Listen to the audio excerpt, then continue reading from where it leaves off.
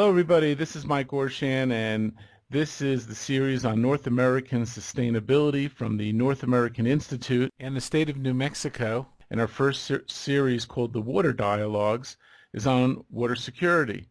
And today we have David Barkin, the full professor at the Metropolitan Autonomous University in Mexico City. Got my formal training in economics at Yale University in the United States and have been in Latin America for about 45 years. And I've written about a dozen books on water. Before we get into the policy piece of this, can you talk a little bit about the condition of water in Mexico?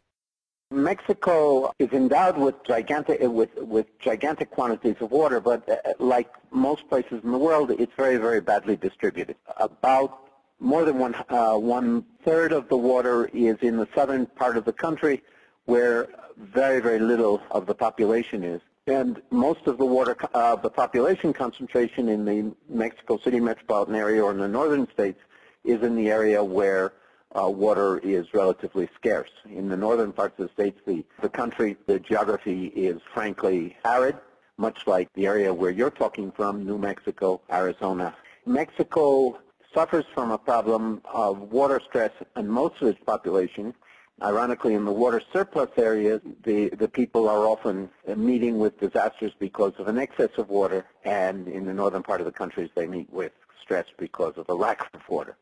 Now, this also means that there are some 500 river basins in the country, or watersheds in the country, and more than 40% of those watersheds are considered officially by the government agencies to be under hydric stress. What does that mean? It means that the withdrawals from those watersheds are greater than the recharge rate, and all of those watersheds then are declining. That has a further implication. The central part of Mexico, straight up to Las Vegas, Nevada, has a geological composition which is high in arsenic. As a result of that, as the water levels go down in these aquifers, drawing up water through pumping for agricultural and urban industrial use has led to a tremendous increase in the quantity of arsenic, in dissolved arsenic in the water. While being in the West, I understand the issue of arsenic. Can you just briefly explain that? The international standard for arsenic, for safe level of arsenic in water, might be 0.003, whereas in the northern state of Chihuahua and Coahuila, it's at about anywhere from 150 to 350. And in the state of Guanajuato, in the eastern part of the state of Guanajuato, it's up to 500 parts per billion. Where only 2 weeks ago, we're talking about the middle of March, so in the middle of February, a boy fell into a river in the Guadalajara metropolitan area and died not from drowning, but from arsenic poisoning, not from the natural groundwater contamination, but he died from arsenic intoxication because of the runoff from industrial effluent. I'd like to know a little bit more of the role of the Mexican federal government versus the states of Mexico versus the cities and municipal governments, and a little bit about who is in control of the water in Mexico. Under the Constitution, all water resources are under the direct control of the federal government, and there's no private property of water. You can't own private water rights as you can in the western part of the United States.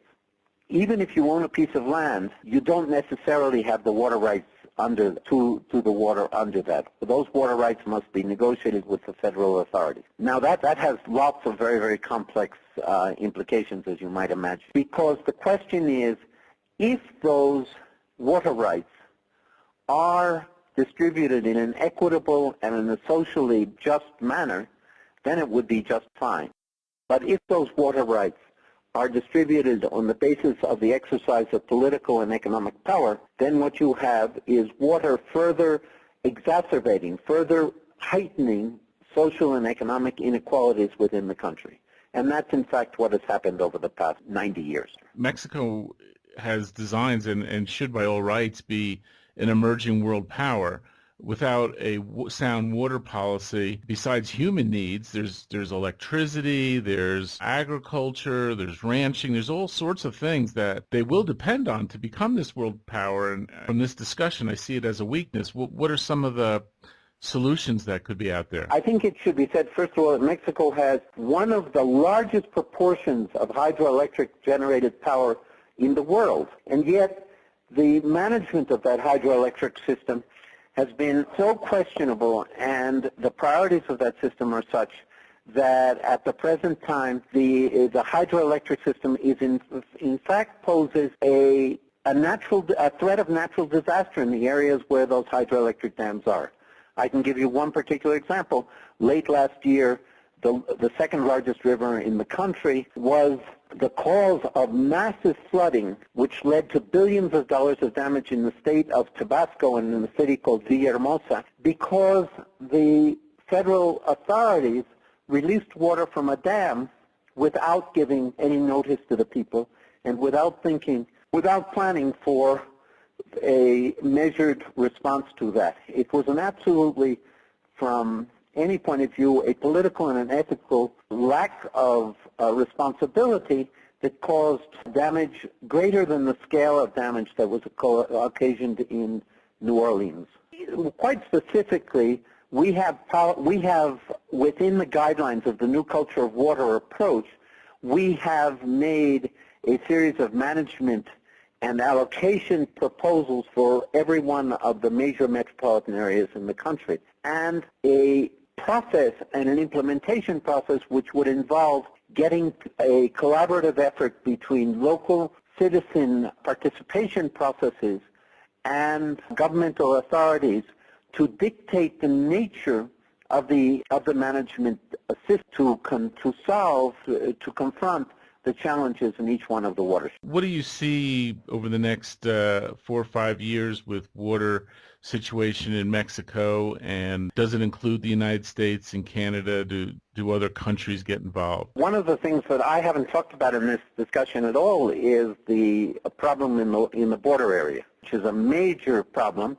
And it's getting worse because of the water problems in the United States, which means that the United States is not fulfilling its treaty obligations to manage the Colorado River so that the people who depend upon the Colorado River in Mexico get their fair share, their politically agreed share of that water. The problem is that in the Sea of Cortez, which is the California Gulf between Baja California and the mainland of Mexico, there are major species that are threatened with extinction because of the quality of water that's being dumped in there from the effluent from the Colorado River, because of the high concentration of agricultural runoff, chemical runoff from the United States. But it's a very, very serious problem that threatens human and biological life.